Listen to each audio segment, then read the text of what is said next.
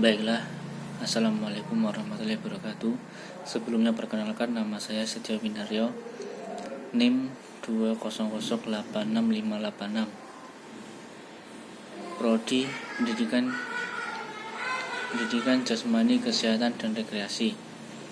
Pada kali ini saya akan membacakan materi tentang rasionalisme dan empirisme. Yang pertama yaitu aliran rasionalisme.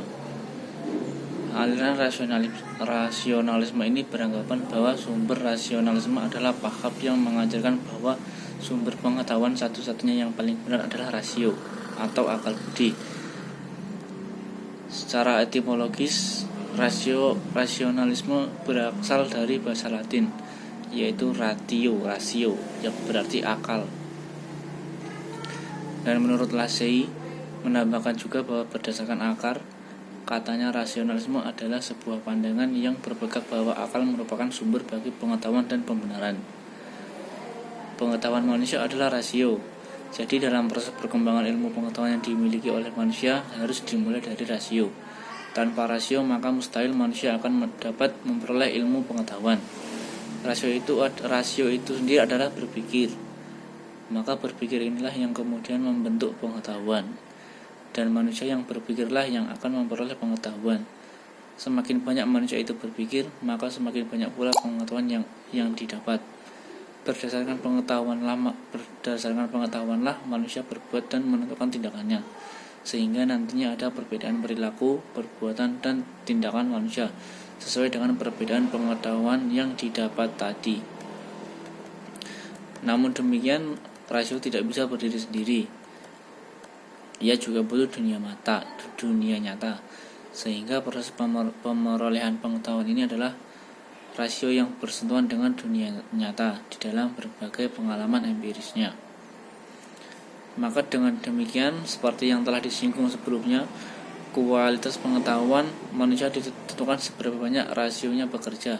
Semakin sering rasio bekerja dan bersentuhan dengan realitas, maka semakin dekat pula manusia itu dengan kesempurnaan.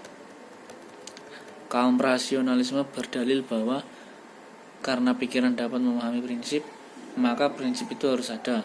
Artinya prinsip harus benar dan nyata. Jika prinsip itu tidak ada, orang tidak mungkin dapat menggambarkannya.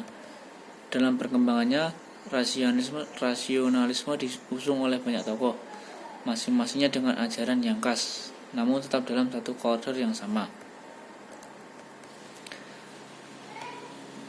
Pada abad ke-17 terdapat beberapa tokoh kenamaan rasionalisme seperti Plato sebagai pelopornya yang disebut juga sebagai rasionalisme atau platonisme. Kemudian ada René Descartes yang juga dinyatakan sebagai bapak filsafat modern. Semboyannya yang terkenal adalah Cogito ergo sum atau saya berpikir jelas saya ada. Dan tokoh-tokoh lainnya seperti Gigi Rousseau dan Basidiou, Gottfried Wilhelm van Leibniz, Christian Wolff, dan Baruch Spinoza. Perkembangan pengetahuan ini mulai pesat pada abad ke-18 dengan nama-nama seperti Voltaire, Diderot, dan D'Alembert adalah para pengusungnya. Yang kedua adalah aliran empirisme. Secara epistemologi, istilah empirisme berasal dari kata Yunani, yaitu emperia, yang berarti pengalaman. Empirisme merupakan suatu aliran di dalam dunia filsafat yang menitikberatkan pengalaman indrawi sebagai sumber utama dan asal-usul pengetahuan manusia. Aliran yang berkembang pesat pada masa Renaissance ini dirintis oleh seorang filsuf Inggris, yaitu Francis Bacon de Verulam, dan kemudian dilanjutkan oleh para filsuf-filsuf lain seperti John Locke, George Berkeley, Thomas Hobbes, dan David Hume. Empirisme muncul pada saat itu sebagai reaksi atas kelemahan paham rasionalisme, sebuah aliran filsafat yang berkembang lebih dahulu daripada empirisme, yang beranggapan bahwa pengetahuan manusia yang sejati hanyalah berasal dari rasio atau akal semata, sementara pengalaman indrawi hanya dianggap sebagai pengenalan dan justru sering diabaikan. Suatu pernyataan dianggap benar apabila isi kandungannya memiliki manifesti empiris yaitu perwujudan nyata dalam pengalaman. Atau dengan kata lain, pengalaman indrawi dianggap sebagai sumber utama pengetahuan atau kebenaran. Untuk tokoh-tokoh di aliran empirisme yaitu ada yang pertama Francis Bacon de Verulam. Menurutnya, perintis empirisme di abad pertengahan ini mengatakan bahwa pengetahuan akan maju jika menggunakan cara kerja yang baik, yaitu melalui pengamatan, pemeriksaan, percobaan, pengaturan, dan penyusunan. Yang kedua yaitu Thomas Hobbes. Menurutnya, pengalaman adalah permulaan, dasar dari segala pengenalan. Pengenalan intelektual tidak lebih dari perhitungan, penggabungan data indrawi dan dengan cara berbeda-beda.